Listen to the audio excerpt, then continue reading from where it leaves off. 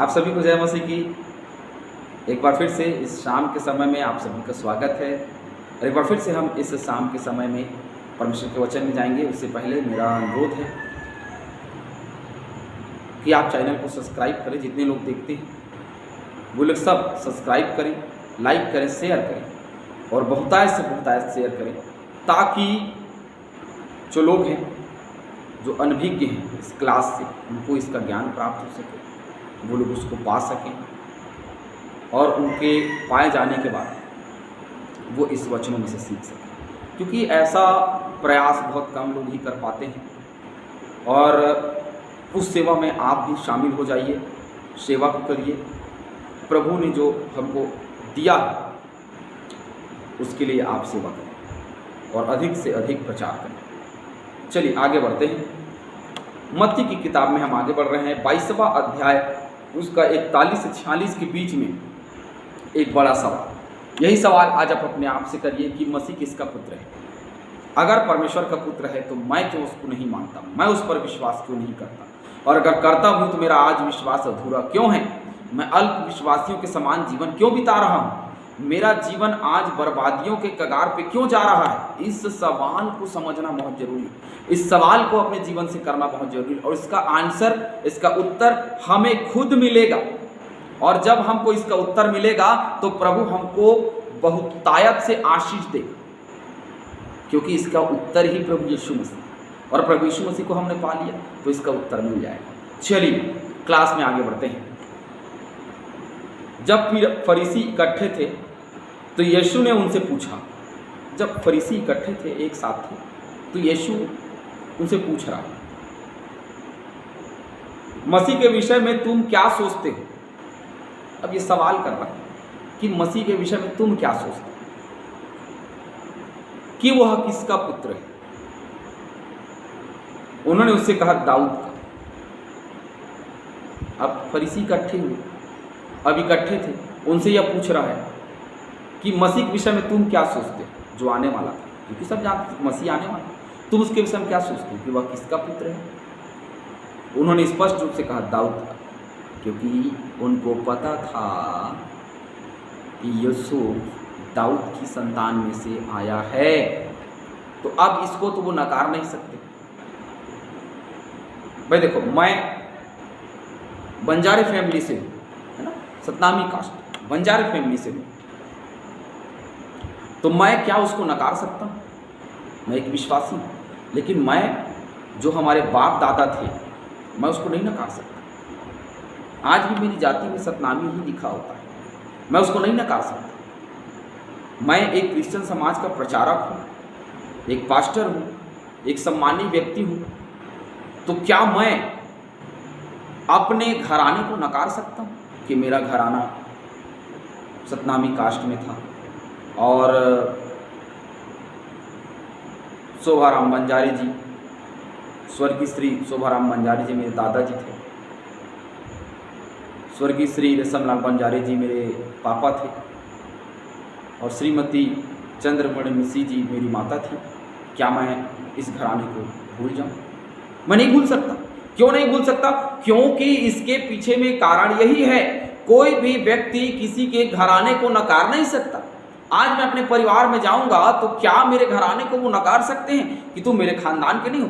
कोई नहीं नकार सकता। ऐसे ही ये नकार नहीं सकते कि वो दाऊद की संतान है और वो दाऊद के घराने में से आया है।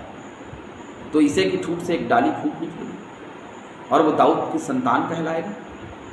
तो ये दाऊद की संतान में से तो आया ना, अब क्यों उसको मसीह करके ग्रहण नहीं करते तुम? क्यों उसके पीछे लगे हुए हो?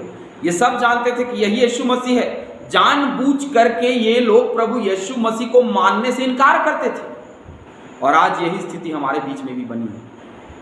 हम जानबूझ करके मसीह यीशु का इनकार करके बैठे। 43वां पद देखते हैं। उनसे उसने पूछा, तो दाऊद आत्मा में होकर उसे प्रभु क्यों कहता है।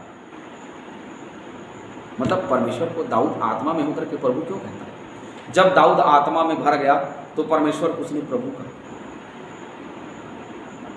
तो दाऊद की संतान है तो उसने प्रभु क्यों कहा, ये एक सवाल है। अगर वो दाऊद की संतान नहीं होता तो वो प्रभु नहीं कहता। लेकिन दाऊद दाऊद जब आत्मा में आया तो उसने प्रभु का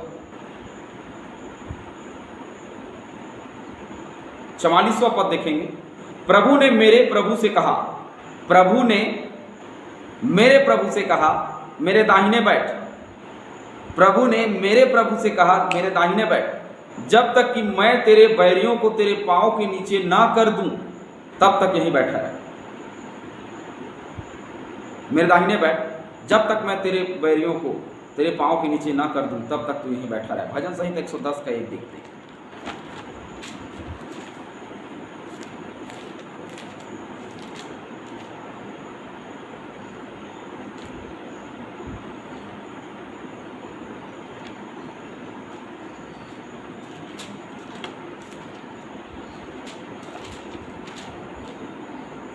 मेरे प्रभु से यहोवा की वाणी यह है, मेरे प्रभु से यहोवा की वाणी यह है, तू मेरे दाहिने हाथ बैठ, जब तक कि मैं तेरे शत्रुओं को तेरे चरणों की चौकी ना कर दूं तब तक यहीं बैठा है। तो उसने ऐसा क्यों कहा?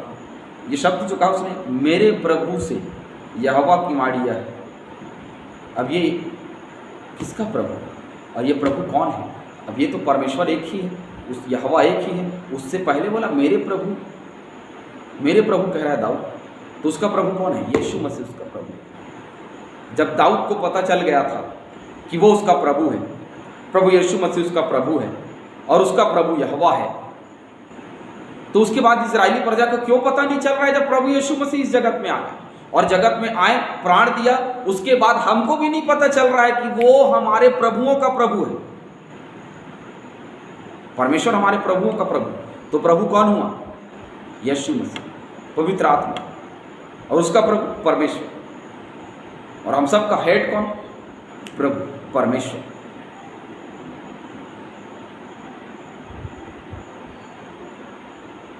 प्रेरितों के काम 2:34 निकालेंगे।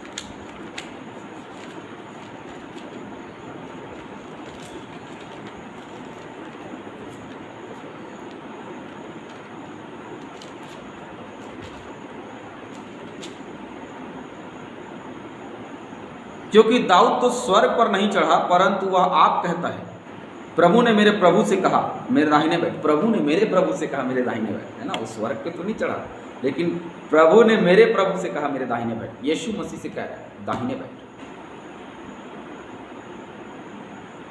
लिखा है ना, वो जगह तैयार करने जा रहा है और पुत्र उसके दाहिने बैठेगा जाकर, है ना? और ये उसी की विषय में चर्चा हो रही है और वो बताने समझाने का प्रयास कर रहा है वचनों के हिसाब से कि ऐसा क्यों लिखा है, बताओ मुझे। ये सवाल कर रहा है। 35 पद भी देख लेंगे। जब तक कि मैं तेरे बैरियों को तेरे पांव तले की चौकी ना कर दूं तब तक तू बैठा है। पहला कुरिन्थियों निकालेंगे, पहला कुरिन्थियों 15:25 निकालेंगे।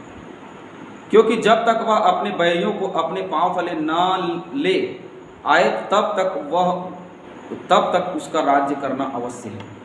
जब तक वो अपने बैरियों को पांव तले ना आए तब तक उसका राज्य करना अवश्य है। भला जब दाऊद उसे प्रभु कहता है तो वह उसका पुत्र कैसे ठहरा? अरे भला जब दाऊद उसको प्रभु कह रहा है तो उसका पुत्र कैसे ठहरा? बताओ मुझे।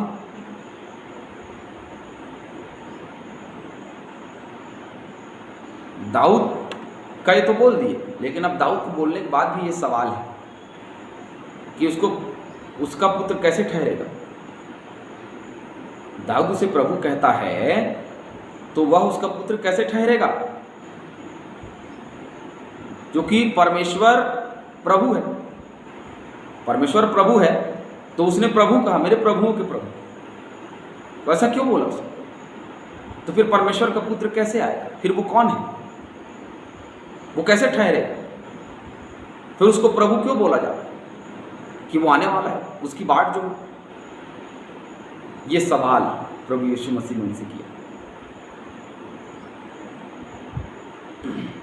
46 पद में देखते हैं, इसके उत्तर में कोई भी एक बात ना कह सका, क्योंकि ये फंस गए। अब ये कोई भी जवाब देते, अब ये कहते कि नहीं वो दाऊद की संतान में से आएगा, तो बोले अब दाऊद की संतान में से क्यों आया? क्योंकि उसने तो प्रभु कहा। फिर अपने ही संतान अपने ही वंश को वो प्रभु क्यों बोलेगा?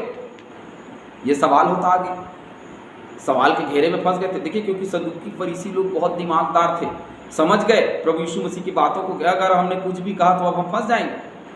उनके अंदर भी चतुराई थी, चालाकी थी, और वे लोग समझ गए कि अरे अब हम कुछ बोलते हैं तो अब हम फंस जाएंगे। ये समझ में आ गया था उनको, इसीलिए वो चुप रह गए, कोई बात ना बोल सके। उस दिन से किसी को फिर उससे कुछ पूछने का साहस ना हुआ। क्यों नहीं हुआ? क्योंकि फिर वही सवाल करता प्रभु यीशु मसीह। अब उनको कोई पूछने का मतलब ही नहीं बना। क्यों?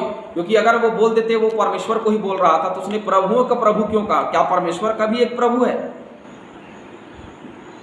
अब उनके पास में क्या जवाब था? बेचारे निरुत्तर हो गए, कोई जवाब नहीं रहा उनके पास। अब क्या करे? क्या उनसा सवाल प्रभु यीशु मसीह से करे? और उस दिन के बाद से जब प्रभु यीशु मसीह ने ये सवाल किया, उसके बाद से कभी भी वे लोग प्रभु यीशु मसीह से सवाल करने नहीं आए। उनको कभी साहस ही नहीं हुआ इस सवाल को करने का, क्योंकि ये सवाल के फेरे में उलझ कर रह गए।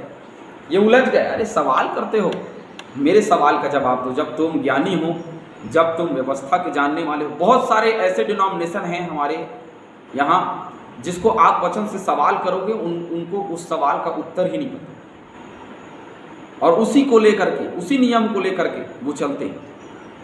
क्या नियम बनाया प्रभु यीशु मसीह ने?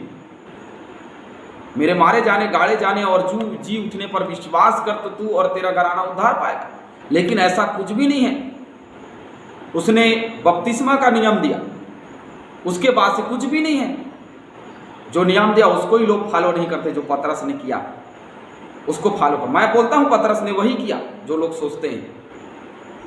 ऐसे लोग जो पतरस की विधियों को मानते हैं, क्या प्रभु यीशु मसीह की विधियों को माना उन्होंने? बिल्कुल नहीं माना। प्रभु यीशु मसीह की विधियों को कौन मानता है? वही जो वचन को जानता है, वही जो वचन को सच्चे दिल से ग्रहण करता है। और डिनोमिनेशन के पीछे भागने वाले लोग कि मैं पौलुस कहूँ, अपोल्लुस कहूँ, मैं तो कैफा कहूँ, हन्ना कहूँ, ऐसे कहने वाले लोग परमेश्वर के वचन के अनुसार कभी नहीं चल सकते। मैं किसका हूँ? परमेश्वर का। आप किसके हैं? परमेश्वर के। ये दुनिया किसकी है? परमेश्वर के। सब दाऊद की संतान में से उत्पन्न हुए हैं, तो फिर ऐसे क्यों हैं? सब आदम की संतान में से उत्पन्न हुए हैं। हमारा खून लाल, सबका खून लाल। जाति भेद ना करें।